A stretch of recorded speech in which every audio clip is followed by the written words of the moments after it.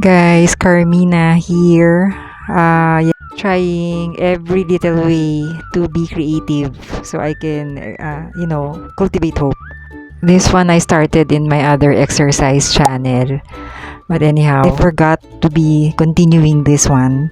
So anyway, I put like an hour for every task. Okay, I just finished learning about creativity a while ago online, and then Mika has always been on my work area. Yes, but anyway, she's a part of the room. So that's my a suitcase full of my extra stuff. And this one I'm trying to, if I'm not this one, guys, I'm just curious how to make a hardbound book. So that's the spine I'm trying to sew like that. Need to show you the minutes of what I do. This one is a zine, so a paperback kind of, but I'm planning to do this hardbound, so I don't know, guys. Good luck. So I wanted to study how to bookbind.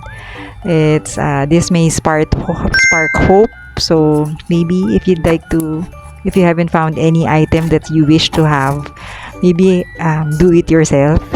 That helps, right? So again, guys, please do support my channel, Phototypes YouTube channel. Your ideas may spark hope. So thank you, guys. Take care.